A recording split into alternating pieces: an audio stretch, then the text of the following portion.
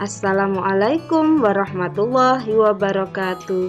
Berjumpa kembali anak-anakku semuanya dalam pembelajaran kedua subtema yang kedua. Mudah-mudahan anak-anakku semuanya bersama keluarga selalu dalam keadaan sehat walafiat. Oke, dalam pembelajaran kedua kali ini kita masih belajar tentang ide pokok. Baik, ide pokok pastinya kalian masih ingat ya, karena dalam pembelajaran subtema 1 yang kemarin anak-anak sudah belajar dan melihat video tentang ide pokok.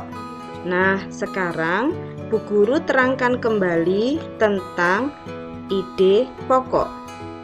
Ide pokok ini mempunyai banyak istilah atau nama lain, yaitu ada yang disebut dengan gagasan utama, gagasan pokok, pikiran pokok, dan pikiran utama. Semuanya sama seperti ide pokok dan memiliki makna yang sama, yaitu ide atau gagasan yang menjadi pokok pengembangan suatu paragraf atau teks. Ide pokok sendiri berfungsi memberikan penjelasan dari suatu bacaan atau paragraf, sehingga pembaca dapat dengan mudah memahami suatu teks atau paragraf. Dengan mengidentifikasi ide pokok teks atau paragraf, kita dapat mengetahui ide utama dari suatu bacaan atau paragraf. Nah, bagaimana sekarang cara mencari atau menentukan ide pokok paragraf? Ini ada beberapa caranya ya. Yang pertama, baca dulu seluruh teks dengan cermat. Yang kedua, cermati paragraf pertama sampai paragraf terakhir dalam teks tersebut. Selanjutnya, baca kalimat demi kalimat sampai kalian menemukan ide pokok. Nah, itu tadi adalah cara menentukan ide pokok. Untuk lebih jelasnya, coba kita perhatikan contoh berikut ini.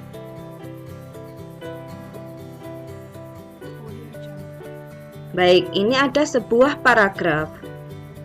Bu Guru akan membacakan paragraf tersebut ya. Silahkan kalian simak bersama-sama. Daun kelapa sawit tersusun majemuk menyirip. Daunnya berwarna hijau tua dan pelepah berwarna sedikit lebih muda. Penampilannya agak mirip dengan tanaman salak, hanya saja dengan duri yang tidak terlalu keras dan tajam. Batang tanaman diselimuti bekas pelepah hingga umur 12 tahun.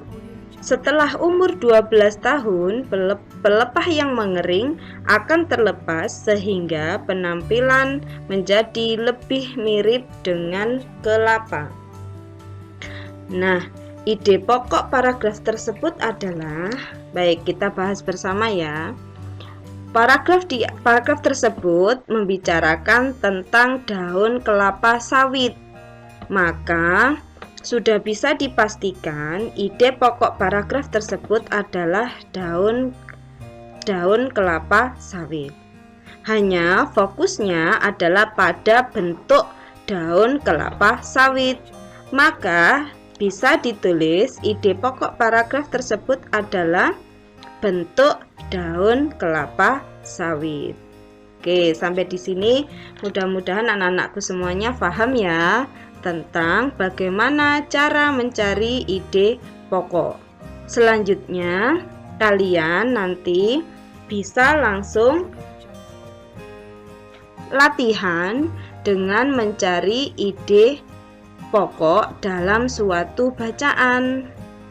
Sebelum itu, coba kita Amati bersama pembelajaran berikut ini.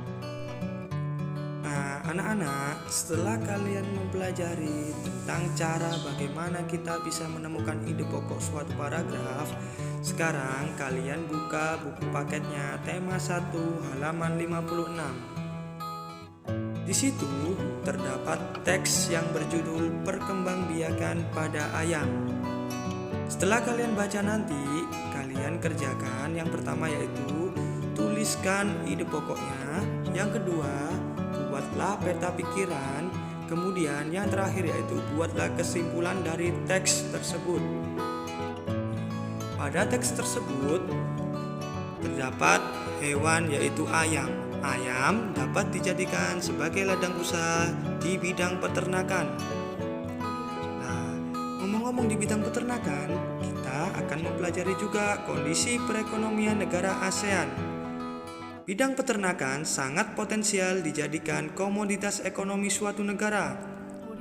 Sama seperti peternakan, kondisi alam negara-negara ASEAN juga mempengaruhi kegiatan perekonomian di negara-negara tersebut. Sebagian besar negara ASEAN dikelilingi gunung api, jadi kegiatan ekonomi negara ASEAN adalah bidang agraris, industri, pertambangan, dan pariwisata. Nah, sekarang kalian akan menyaksikan video berikut yang menjelaskan tentang kondisi perekonomian di ASEAN. Silakan saksikan video berikut.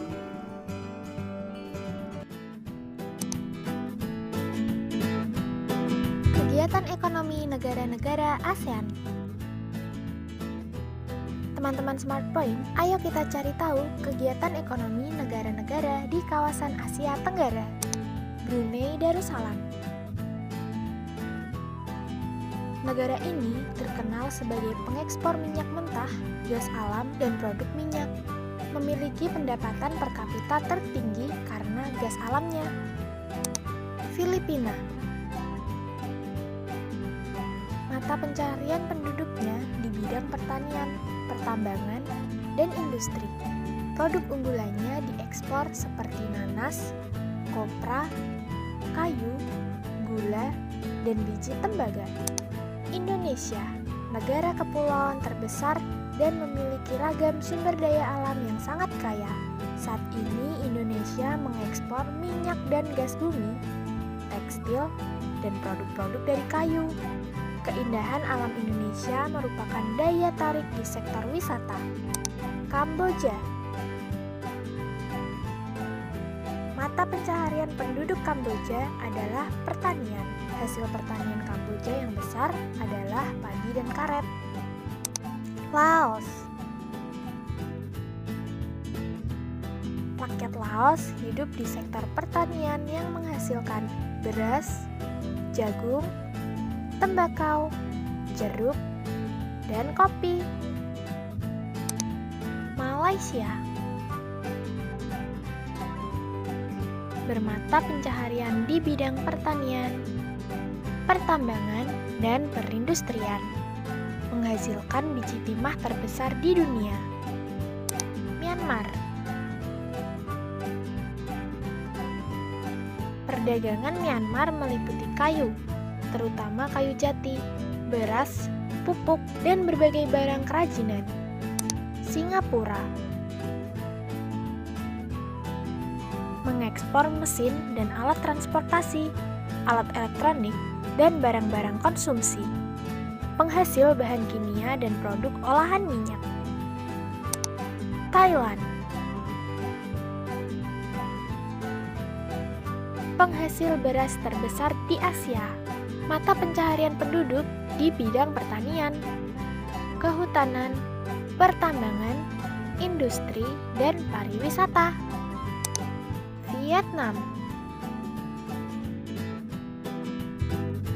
Padi merupakan hasil utama pertanian di Vietnam. Kegiatan ekonomi lain di sektor pariwisata dan turisme, industri, pertambangan, dan kehutanan. Nah, teman-teman, itu tadi kegiatan ekonomi di negara-negara ASEAN. Sampai jumpa.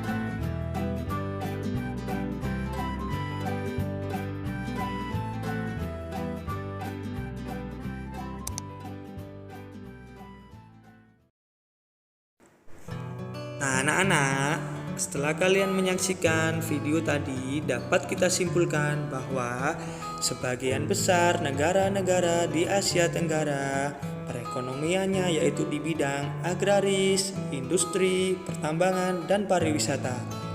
Selain itu, bidang peternakan dan perikanan juga banyak dikembangkan di negara-negara Asia Tenggara yang sebagian besar memiliki wilayah lautan yang luas.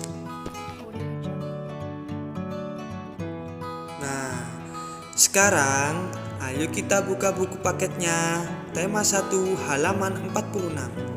Pada halaman 46 terdapat tabel yang berisikan dua negara yaitu negara Brunei Darussalam dan Filipina.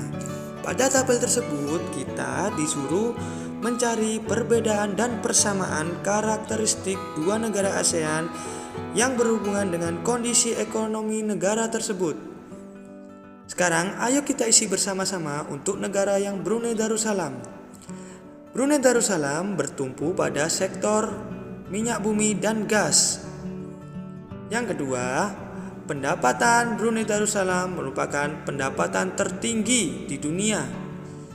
Yang ketiga, Brunei Darussalam mengimpor mesin-mesin dan peralatan transportasi bahan kimia.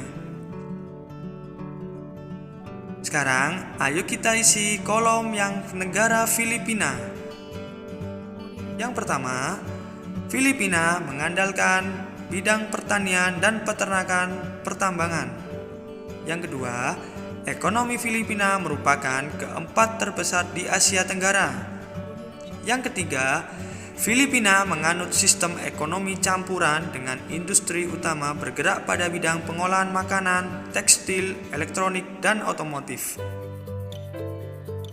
Baik anak-anak, jadi tugas kalian hari ini yaitu mengisi tabel yang sudah diterangkan pada halaman 46 tadi dan mengerjakan latihan soal pada buku paket tema 1 halaman 56 sampai 57. Semoga pembelajaran hari ini bermanfaat dan ingat tetap jaga ibadahnya, jaga kesehatannya, berbakti sama kedua orang tua, tetap semangat belajar di rumah. Wassalamualaikum warahmatullahi wabarakatuh.